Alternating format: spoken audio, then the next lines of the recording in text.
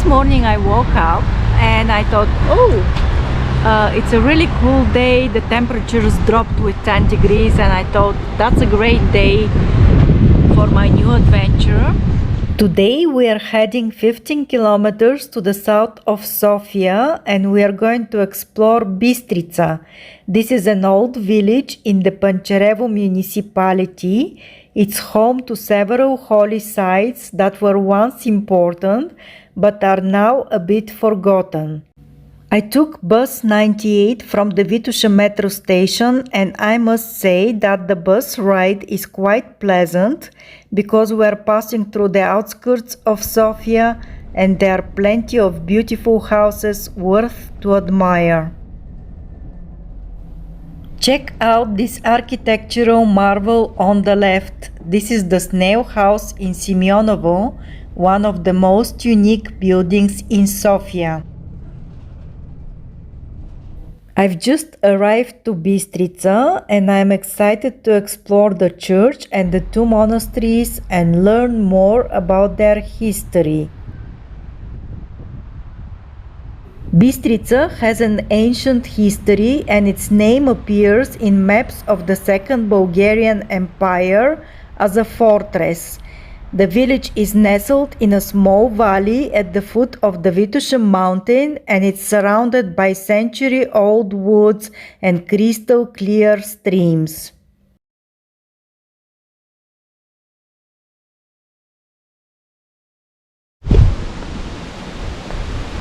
This is the cemetery and there is a sign to St.Yoakim and Anna.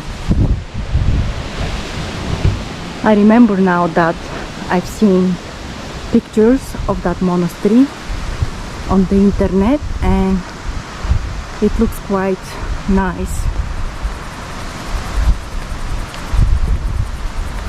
The first one we saw, look at the horses.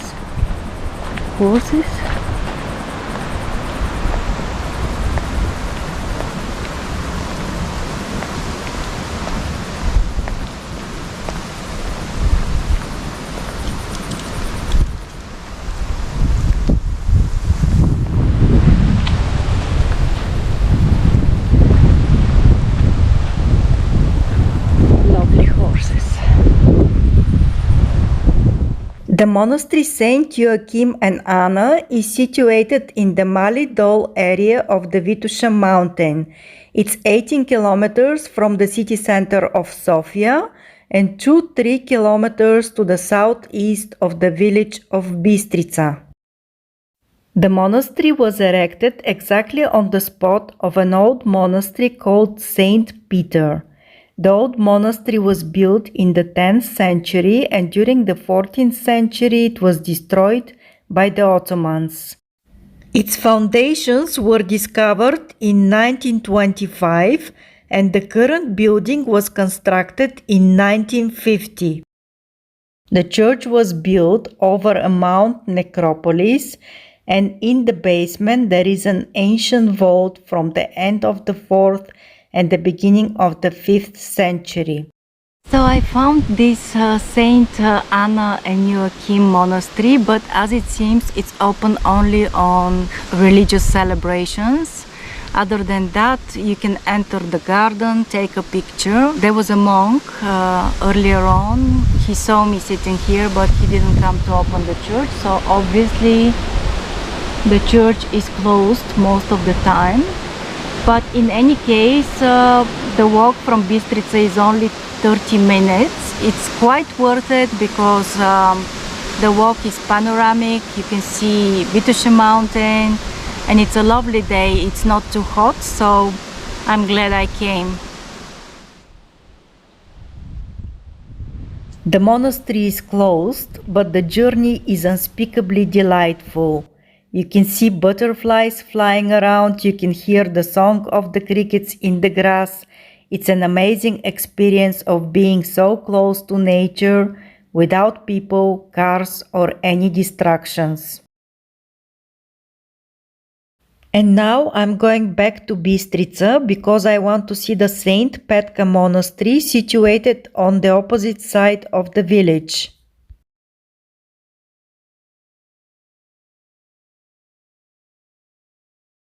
I asked one boy to tell me in which direction to walk, and he told me to walk uphill, but I should reach this place within 20 minutes, hopefully. So let's see.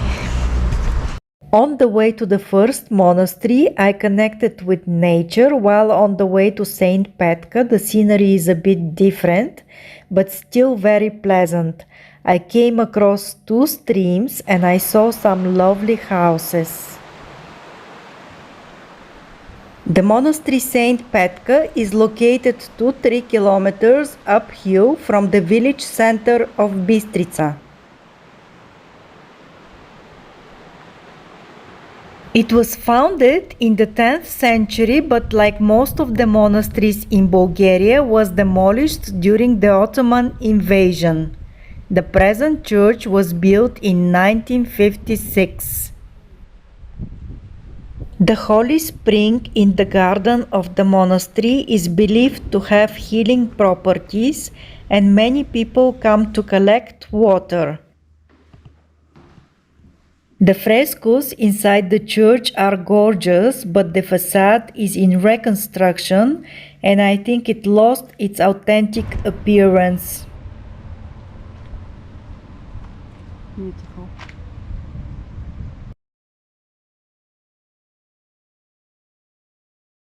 The last holy place we are going to visit is the Orthodox Church St. George. It's very close to the village center. The church was built in 1883, and it's assumed that it was erected at the same spot where there was another church destroyed in 1382. The closing time is 2 p.m., but the woman who looks after the church was very kind, and she let me in to look around and light a candle.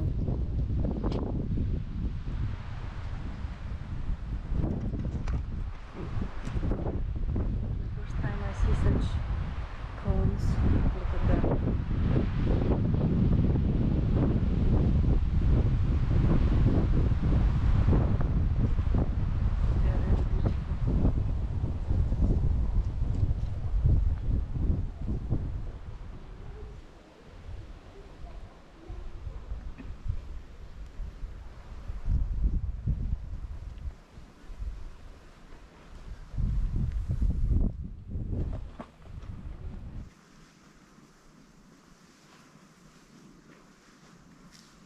This is the final destination for today, and now I'm heading to get a quick lunch at Bistritsa Skara or Bistritsa barbecue.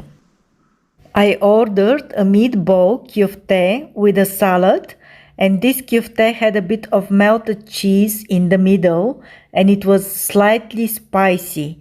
I avoid eating kyofte when I'm out because normally the restaurants put too much savory into the minced meat, but I must admit that this kyofte was delicious, and now I understand why everyone recommended to me this fast food restaurant.